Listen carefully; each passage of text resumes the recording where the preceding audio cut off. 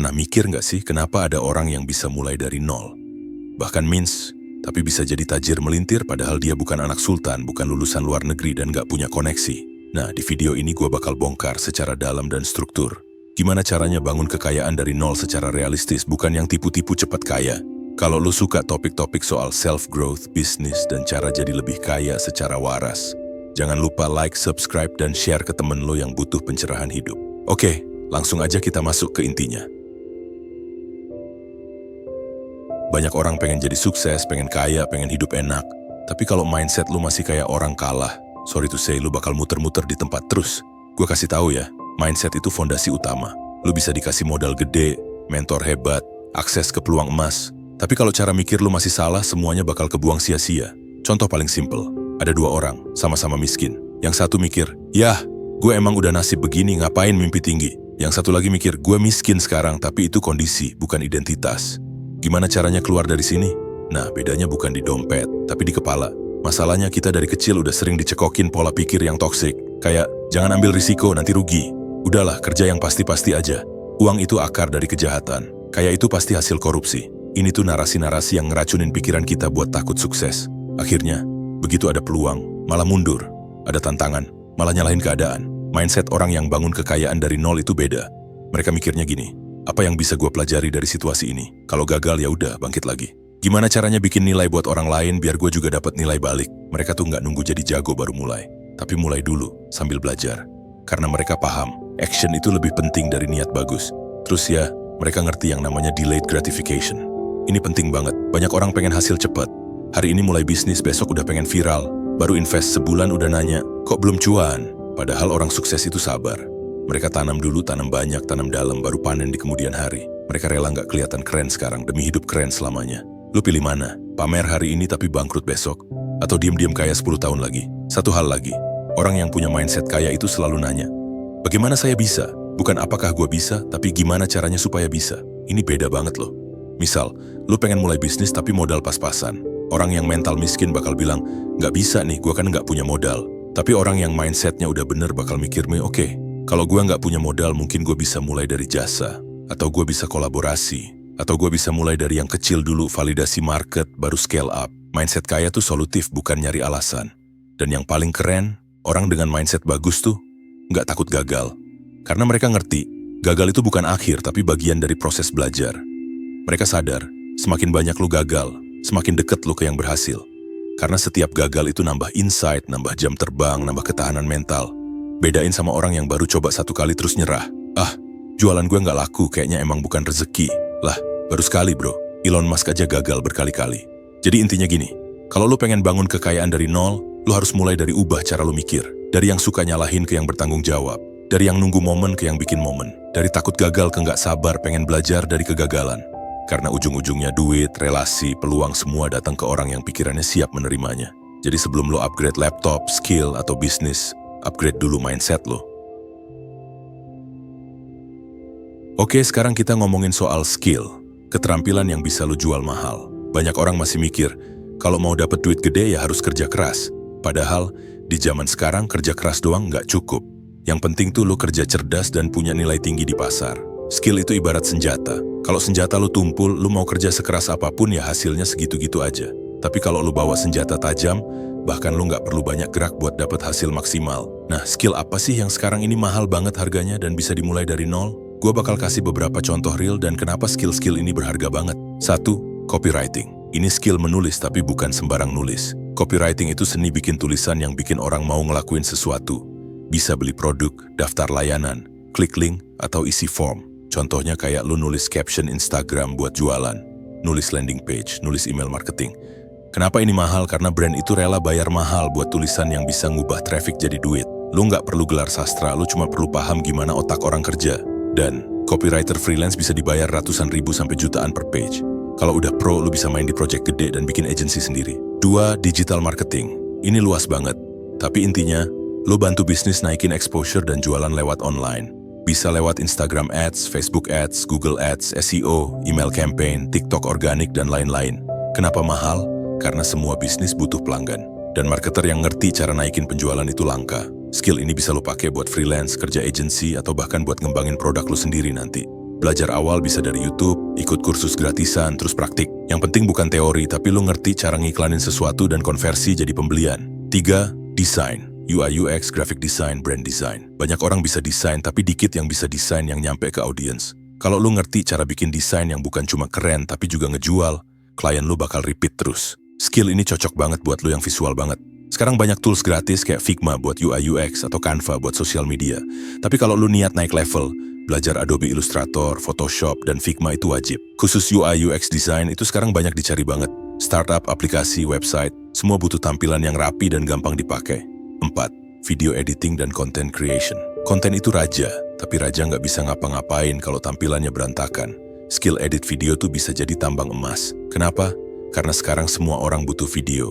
YouTuber, brand, influencer, bisnis online, sampai guru les pun butuh konten video. Lu bisa mulai dari HP, belajar edit di CapCut, terus upgrade ke Premiere Pro, Final Cut, atau DaVinci Resolve. Dan editor yang ngerti storytelling itu lebih mahal harganya. Jadi jangan cuma bisa potong video, pelajari cara bikin alur cerita, transisi yang halus dan tempo yang pas. 5. Public speaking and storytelling. Banyak yang ngira ini cuma buat motivator. Salah besar. Ini skill yang lu butuhin buat presentasi, pitching, jualan, atau bahkan nge-lead tim. Kalau lu bisa nyampein ide dengan percaya diri, jelas, dan bisa bikin orang tertarik, lu udah punya modal besar buat jual apapun. Lu bisa jadi pembicara, host webinar, content creator, MC event, bahkan mentor. Skill ini bisa digabungin sama bidang apapun. Dan yang paling keren, kalau lu bisa storytelling, lu bisa bikin produk biasa jadi luar biasa. 6. Sales dan negotiation. Skill ini underrated banget, padahal ini inti dari semua bisnis, menjual. Nggak semua orang bisa jualan, tapi kalau lu bisa closing, lu bisa dapet duit dari apapun. Skill ini bisa lu pakai buat jadi sales BD, business development, affiliate marketer, bahkan untuk negosiasi gaji lu sendiri. Pelajari cara ngebaca orang, ngasih value duluan dan nutup transaksi. Dan ingat, orang jago jualan bukan yang cerewet, tapi yang ngerti kebutuhan lawan bicara. 7. Web development atau programming. Kalau lu suka logika, suka utak-atik, suka bikin sesuatu dari nol, ini skill yang bisa bikin lu cuan gede. Front end, back end, full stack, mobile dev, semuanya bisa jadi jalan. Lu bisa freelance, kerja di startup, atau bikin produk sendiri. Emang butuh waktu belajar lebih lama, tapi hasilnya worth it banget. Dan kabar baiknya, semua resource belajar udah banyak banget gratis di internet. Mulai dari HTML, CSS, JavaScript, sampai ke Python, React, Laravel, atau Next.js. 8. Product management and problem solving. Skill ini lebih ke arah strategis. Kalau lu suka ngelola tim, ngatur prioritas, dan ngelihat gambar besar, ini cocok banget. Product manager dibayar tinggi karena dia ngerti cara bikin produk yang disukai market dan ngerti proses dari ide ke prototype ke launching. Skill ini jarang disentuh tapi makin dicari, karena bisnis butuh orang yang bisa nyambungin teknologi, user, dan market. Terakhir bonus yaitu gabungin skill. Makin banyak skill lu, makin bisa lo leverage satu sama lain. Misal, lu bisa copywriting ditambah desain, lu bisa jadi kreator konten atau bangun agency, bisa coding ditambah marketing, lu bisa bikin software as a service sendiri. Bisa public speaking ditambah storytelling ditambah editing. Lu bisa jadi YouTuber edukasi. Skill itu bisa dikombinasikan. Dan justru itu yang bikin lu unik dan gak gampang digantikan. Lu pernah gak sih ngerasa kayak gini? Gaji udah naik tapi kok tetap aja, belum tanggal 20 rekening udah sekarat, padahal kerjanya udah dari pagi sampai malam tapi duit lu entah kemana. Nah, itu tandanya lu bukan kekurangan penghasilan. Lu kekurangan manajemen keuangan. Jangan salah, orang kaya pun bisa bangkrut kalau ngatur duitnya amburadul. Dan sebaliknya, orang biasa bisa jadi mapan bahkan kaya kalau dia ngerti cara ngehandle uang dengan benar. Ngatur duit itu bukan berarti pelit, bukan berarti hidup kayak pertapa dan nggak boleh jajan boba. Tapi intinya, lu ngatur biar duit lu punya arah, punya tujuan. Gaji lu tuh ibarat pasukan. Kalau nggak lu atur strateginya, ya dia bakal bubar sendiri. Makanya lu butuh sistem. Gue kasih lu sistem simple, bagi gaji lo jadi pos-pos. Pos pertama kebutuhan pokok, 50%. Ini buat bayar hal-hal penting kayak makan, transport, sewa kos, listrik, internet, pulsa, dan sebagainya. Kalau bisa sih jangan nyampe 50%, tapi oke lah, itu patokan maksimal. Kalau lu ngerasa kebutuhan lu nyampe 70% dari gaji, coba cek lagi, itu kebutuhan atau gaya hidup. Kadang kita ngerasa butuh, padahal itu cuma kebiasaan. Kayak ngopi tiap hari di kafe, makan di mall tiap weekend, langganan 3-4 layanan streaming tapi nggak ditonton. Pos kedua, investasi dan tabungan 20%. Ini duit yang harusnya lo bayar ke masa depan lo sendiri. Tabungan itu bukan sisa. Jangan bilang, nabung kalau ada sisa. Karena faktanya kalau lo nunggu sisa, ya pasti nggak ada sisa. Yang ada malah tekor. Lo bisa otomatisin tabungan investasi tiap tanggal gajian. langsung masuk ke rekening terpisah atau platform investasi. Investasi mulai aja dari reksadana pasar uang, obligasi, atau ETF. Kalau udah paham bisa naik ke saham, properti, bahkan bikin bisnis. Pos ketiga, dana darurat 10%. Ini penting banget, tapi sering dilupain. Dana darurat itu buat hal-hal tak terduga, kecelakaan, kena PHK, handphone rusak, keluarga sakit, dan sebagainya. Idealnya lu punya dana darurat minimal 3 kali pengeluaran bulanan kalau lu single, 6 kali kalau udah berkeluarga. Taruhnya di mana? Rekening tabungan biasa boleh, e-wallet boleh, atau reksadana pasar uang biar tetap liquid tapi ada growth dikit. Ingat, dana darurat tidak sama dengan tabungan liburan. Pos 4, self-reward 10%. Ya, lu boleh nikmatin hasil kerja lu, tapi jangan keterusan. Self-reward itu penting buat jaga mental, tapi harus proporsional. Lo bisa pakai 10% ini buat jajan, nonton, nongkrong, upgrade gadget, atau beli barang impian lo. Tapi ingat, kalau udah habis jatah reward bulan ini, ya udah stop. Jangan main gesek kartu kredit demi gaya hidup yang belum lo sanggupi. Pos 5, donasi atau kebaikan 10%. Ini juga bagian dari manajemen keuangan yang sehat. Ngasih ke orang lain. Bukan cuma soal amal ibadah, tapi ini juga ngelatih mental lo biar gak jadi hamba uang. Donasi bikin kita ingat bahwa duit itu alat, bukan tujuan. Bisa donasi ke yayasan, bantu orang tua, adik, temen, atau siapapun yang lagi butuh. Lo bakal kaget, makin banyak lo bantu orang lain. Entah gimana caranya, rezeki lo juga makin ngalir. Nah, itu tadi 50, 20, 10, 10, 10 sistem. Lo bisa adjust dikit-dikit sesuai kebutuhan, tapi prinsipnya setiap rupiah harus ada tugasnya. Sekarang masuk ke hal lain yang gak kalah penting. Hindari kebocoran halus. Ini tuh pengeluaran kecil yang gak lo sadarin, tapi lama-lama bocorin dompet lo. Contoh, langganan yang gak lo pake. Makan online terus padahal bisa masak. Jajan kecil tiap hari tapi totalnya bisa ratusan ribu sebulan. Ongkir-ongkir kecil yang nambah karena check out impulsif. Buat catatan keuangan bulanan, pakai aplikasi kayak Money Lover, Dompetku, Spendi, atau catat manual di notes juga bisa. Biar lo tahu duit lo lari kemana aja. Dan satu hal lagi, jangan naikin gaya hidup lo tiap gaji naik. Kalau tiap naik gaji lo ikut naikin pengeluaran, ya lo nggak bakal kaya-kaya. Yang ada cuma nambah tekanan, cicilan, dan tuntutan gaya hidup. Yang bener tuh, gaji naik, tabungan investasi juga ikut naik. Baru deh lo naikkan kualitas hidup secara bertahap, bukan ugal-ugalan. So, ngatur duit itu soal disiplin, bukan soal nominal. Lo gaji 3 juta bisa lebih aman secara finansial dibanding yang gaji 10 juta, asal lo punya sistem. Masalahnya bukan duitnya kurang, tapi cara lo pakai duit yang ngawur. Jadi, jangan sampai tiap tanggal gajian cuma jadi momen seneng sehari. Terus 29 hari berikutnya lo hidup penuh doa dan utang. Gaji tuh harus kerja buat lo, bukan cuma numpang lewat doang. Orang sering salah paham, mikir kalau pengen kaya, ya tinggal kerja keras aja. Bangun lebih pagi, tidur lebih malam, ambil lembur, buka usaha sendiri, semua dikerjain sendiri. Padahal, kerja keras itu cuma satu bagian kecil dari rumus sukses. Yang lebih penting tuh bukan seberapa keras lu kerja, tapi seberapa pinter lu bikin sistem yang kerja buat lu. Gua kasih lu analogi gampang. Lu kerja kayak kuli angkut. Sehari lu bisa angkut 20 karung. Kerja keras banget, tapi ya segitu-segitu aja. Bandingin sama orang yang bikin sistem conveyor belt. Dia tinggal pencet tombol, karung jalan sendiri. Dia tetap bisa ngopi sambil kerja, hasilnya lebih banyak. Jadi, lu mau jadi kuli atau bikin sistem? Sekarang gini, duit itu datang dari leverage. Apa itu leverage? Itu daya ungkit. Lu ngeluarin usaha kecil tapi hasilnya besar karena ada sistem, alat, orang, atau teknologi yang bantuin. Coba perhatiin orang-orang yang income-nya gila-gilaan. Mereka udah nggak lagi jual waktu, mereka jual sistem. Mereka bikin sesuatu yang bisa berjalan tanpa harus dia yang ngelakuin semuanya. Contoh sederhana nih. 1. Sistem dalam bisnis. Lo buka usaha sendiri, lo ngelayanin sendiri, bungkus sendiri, antar sendiri, ya lo cuma bikin kerjaan baru buat diri lo sendiri. Tapi kalau lo bikin sistem, ada admin buat ngurus order, ada tim buat produksi, ada SOP buat semua proses, ada alat buat otomasi sebagian kerjaan, bahkan ada sistem marketing yang jalan sendiri lewat ads, maka lo nggak perlu terus-menerus hadir 24 jam. Bisnis lo tetap jalan, duit tetap masuk. Itu bedanya self-employed sama business owner. Self-employed tuh lo kerja di bisnis lo. Business owner tuh lo punya bisnis yang kerja buat lo. 2. Sistem dalam konten dan personal branding. Misalnya lo bikin konten. Kalau lo bikin satu video dapat uang sekali, ya berarti lo kerja manual. Tapi kalau lo bikin sistem konten, video lo bisa dipecah jadi banyak format. Reels, TikTok, carousel. Di setiap konten lo taruh CTA ke produk digital atau layanan. Traffic masuk otomatis dari SEO atau platform distribusi. Monetisasi jalan dari AdSense, afiliasi, atau jualan produk. Itu namanya konten jadi mesin uang. Bukan cuma buat nyari perhatian, tapi buat nyari konversi. Bahkan ada orang yang nggak punya followers banyak tapi karena sistem funnelnya rapi, income-nya gede. Karena yang kerja bukan dia terus, tapi sistem yang dia bangun. 3. Sistem dalam tim dan kolaborasi.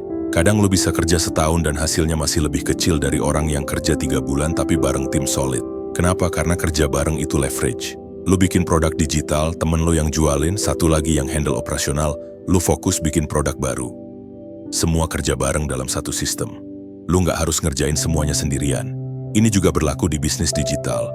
Lo bisa hire VA, virtual assistant, buat bantu riset, admin, atau edit konten. Pakai tools automasi buat follow up email, bikin invoice, bahkan jawab chat. Gabung tim buat project bareng, bagi tugas sesuai skill. Daripada lo maksa bisa semua, mending lo fokus di satu kekuatan dan bikin sistem untuk handle sisanya. 4. Sistem digital sama dengan aset digital. Kalau dulu yang disebut aset tuh tanah, rumah, emas. Sekarang, website, email list, course, landing page, akun TikTok, semuanya bisa jadi aset. Aset digital tuh bisa lo bangun sekali dan hasilin uang berkali-kali. Bikin e-book, jual otomatis via Gumroad. Bikin kelas online, orang beli lewat funnel. Bikin template, tinggal di-download orang tiap hari. Build email list, sekali blast bisa langsung jualan.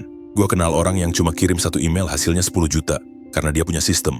Listnya aktif, audiensnya relevan, dan produknya solving problem. Kesimpulannya, sistem itu bukan hal mewah. Sistem itu alat buat orang biasa bisa ngalahin kerja keras tanpa arah. Jadi kalau sekarang lu masih kerja sendirian, lari ke sana sini, semua dikerjain sendiri, itu bukan salah. Tapi jangan berhenti di situ, mulai pikirin. Apa yang bisa lo delegasikan? Apa yang bisa lo automasiin? Apa yang bisa lo replikasi tanpa lo harus hadir terus? Karena ujung-ujungnya, duit gede nggak datang dari lo kerja sendirian sampai teller. Duit gede datang dari sistem yang bikin uang kerja buat lo. Orang lain kerja bareng lo, alat bantuin lo, dan waktu lo bisa dipakai buat mikir, bukan cuma sibuk terus. Kadang lo ngerasa nggak sih? Ada orang yang kelihatannya biasa aja, nggak jago-jago banget, nggak viral-viral amat, tapi jobnya lancar, bisnisnya jalan, dan kayaknya pintu tuh kebuka semua buat dia. Itu bukan karena dia hoki doang. Itu karena dia punya dua aset yang nggak kelihatan, tapi nilainya gila-gilaan. Reputasi dan relasi. Lu bisa punya skill paling dewa, tapi kalau nggak ada orang yang tahu, nggak ada yang percaya, nggak ada yang ngenalin, ya mentok di lu doang. Tapi kalau reputasi lu bagus dan relasi lu kuat, bahkan kadang lu nggak perlu nyari duit yang nyari lu. Reputasi itu kayak nama baik digital lu. Setiap kali lu ngerjain sesuatu, lu bikin konten, ngerjain project, ngasih insight, bantu orang, lu lagi ninggalin jejak digital. Nah, jejak ini pelan-pelan ngebentuk cerita tentang lu di mata orang. Dan orang percaya sama cerita, bukan CV. Makanya ketika lu konsisten nunjukin value, lu bisa diandelin. Lu nggak PHP, lu punya taste dan standar. Lu tahu kapan harus bantu tanpa pamrih. Maka orang bakal inget. Dan reputasi itu kayak magnet. Lu nggak bisa lihat langsung hasilnya, tapi efeknya nyeret peluang masuk terus. Kadang project gede datang dari rekomendasi orang yang cuma pernah ngeliat lu bantu di grup. Atau klien yang ngikutin lu di Twitter selama 6 bulan tanpa pernah komen. Tiba-tiba nge-DM dan ngajak kerja bareng. Itu semua hasil dari reputasi yang lu rawat. Relasi itu bukan sekadar kenal orang. Lu bisa kenal 1000 orang, tapi kalau nggak ada trust di situ ya cuma sekadar kenal. Yang namanya relasi kuat itu bukan seberapa banyak lu punya kontak, tapi seberapa dalam lu bisa diandalkan dan dipercaya. Relasi itu bukan transaksional, tapi emosional. Lu nggak bisa tiap kenal orang langsung nawarin jualan. Lu juga nggak bisa cuma datang pas butuh doang. Relasi itu lu bangun sebelum lu butuh. Coba inget deh, berapa kali lu dapat kerjaan, info lowongan, atau kesempatan keren karena dikenalin temen. Atau diajakin join project bareng karena lu pernah bantu, pernah support, atau pernah dengerin curhat. Relasi itu kayak jaring. Kalau lu bangun terus-menerus, lama-lama jaringnya makin luas dan makin kuat. Dan pas lu jatuh, ada yang nangkep. Reputasi ditambah relasi sama dengan leverage tanpa modal. Lu nggak punya duit banyak, lu nggak punya ads budget, nggak punya tim, nggak punya tools mahal, tapi lu punya nama baik dan circle yang solid, itu udah modal gede banget. Contoh real, lu mau jualan produk digital. Karena relasi lu bagus, orang lain bantu promosiin. Lu lagi nyari kerjaan. Karena reputasi lu oke, lu direferensiin langsung ke HR. Lu butuh investor. Karena track record lu bagus, lu gampang dapat kepercayaan. Bayangin ya, orang yang trust lu, itu lebih mau keluarin duit buat lu dibanding orang asing yang nggak tahu lu siapa. Bahkan kadang harga lu bisa lebih tinggi karena reputasi lu dianggap premium. Bukan karena lu sok mahal, tapi karena orang percaya. Lu nggak main-main. Duit yang lu dapat sekarang tuh hasil dari reputasi dan relasi lu kemarin, serius. Bukan cuma skill, bukan cuma ijazah, tapi kombinasi antara siapa lu di mata orang dan siapa aja yang percaya sama lu. Dan menariknya, dua hal ini bisa lu bangun mulai sekarang, gratis. Yang penting, konsisten jujur, dan gak main dua muka. Jadi mulai sekarang coba evaluasi. Lo udah bangun reputasi lo belum? Apa yang orang ingat dari lo kalau dengar nama lo disebut? Dan siapa aja orang di sekitar lo yang benar-benar percaya sama lo? Karena jujur aja, kalau lo bisa jaga dua hal ini, reputasi dan relasi, duit, peluang, bahkan hidup enak itu datang bukan dari ngejar, tapi dari ditarik. Dan itu yang paling enak. Lo gak harus jadi paling rame atau paling viral, tapi lo bisa jadi paling dicari. Orang sering ngomong waktu itu uang, tapi kenyataannya waktu tuh lebih mahal daripada uang. Kenapa? Karena uang bisa lo cari lagi, tapi waktu yang udah lewat gak bisa dibalikin. Lo bisa kerja keras, nabung, cari duit tambahan, dan uang lo nambah. Tapi waktu, lo gak bisa nambah 1 jam pun. Semua orang, mau dia kaya, miskin, jenius, atau biasa-biasa aja, dikasih 24 jam yang sama. Bedanya adalah, dipakai buat apa? Coba lo inget-inget, selama seminggu terakhir ini, waktu lo lebih banyak dipakai buat apa? Nge-scroll TikTok sampai lupa waktu, nonton YouTube autoplay tanpa arah, nongkrong cuma buat ngeluh, atau malah kerja terus sampai gak punya waktu buat diri sendiri. Sering banget kita kejebak di zona sibuk tapi gak produktif. Capek, iya. Tapi hasilnya, gitu-gitu aja. Karena kita belum ngerti betapa mahalnya waktu itu sebenarnya. Waktu itu aset yang gak bisa dicicil, gak bisa dibeli lagi. Banyak orang rela bayar mahal buat dapetin kenyamanan, barang branded, atau gadget baru. Tapi anehnya, mereka pelit banget sama waktu sendiri. Contoh, mending ngantri 1 jam demi hemat 10.000. Mending ngerjain semua sendiri padahal bisa didelegasiin. Nonton 3 jam tapi bilang gak sempet baca buku. Lo sadar gak? Itu artinya lo nuker waktu mahal lo demi hal kecil yang sebenarnya gak penting-penting amat. Dan itu bahaya. Karena waktu lo itu nyambung langsung sama kualitas hidup lo. Lo buang waktu, lo buang potensi hidup yang lebih baik. Orang sukses bukan karena mereka punya lebih banyak waktu, tapi lebih pinter makainya. Ingat ya, semua orang dapat 24 jam. Tapi kenapa ada yang bisa bikin bisnis, punya waktu buat olahraga, deket sama keluarga, dan tetap enjoy hidup? Karena dia ngerti satu hal penting, prioritas. Waktu tuh nggak bisa diatur. Yang bisa lo atur itu diri lo sendiri. Orang yang sukses bukan yang sibuk terus, tapi yang ngerti kapan harus bilang ya dan kapan harus bilang enggak.